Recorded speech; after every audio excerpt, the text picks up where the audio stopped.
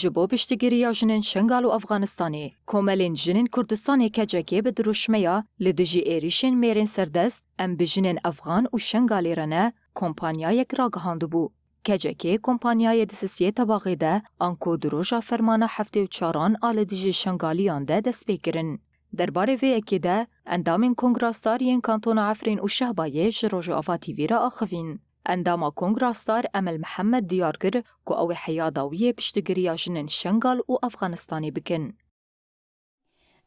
جنه خناس کر حتی روزه هیرو دما شورش گبنوی جنه باند که معنی سخو جن ناس کرید خوزه جن جرابه خناس بکه ام دبینن شهر حتی روی جه هیرو شهر دبه جبی لانم جن را دبه خناس دکه جنه دمالی خود کاری خود بکه ویدنگ به کس نزدیک نوبی اما دبینن جنه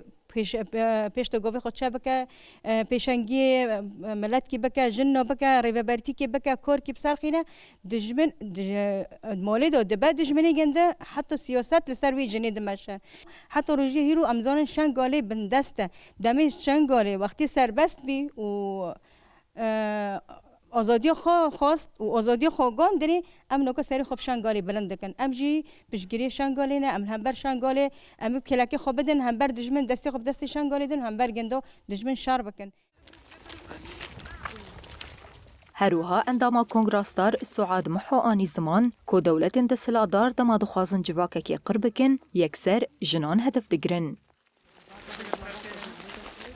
و پیلانه و دختل سر شینگال ام بین و پروانه سر شینگال تن مشاندن هفتو 4 فرمان سر شینگال تن مشاندن ایدی بس هفت تالان کرنا هفت زور و زحمتی زیاده تر دادن سر شینگاله لانه خیر دادن سر شینگاله جی کردیاتی ها راستی شینگاله دایا راستی ها کرد دخوازن ج دنیای سیاست ها جن دخوازن تم سیاست جن دخته دادن سر لکه داره جنک سری خوراکه دخوازن وی جنه قرب کن دخوازن سیاست و جن جدنه قرب کن ام جواک جن ام پشگیری هر جنه که دکن چل شینگاله دبه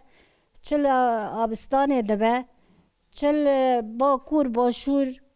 هر چر پرچه کردستان جنک لکه داره هات قاتل کرن هات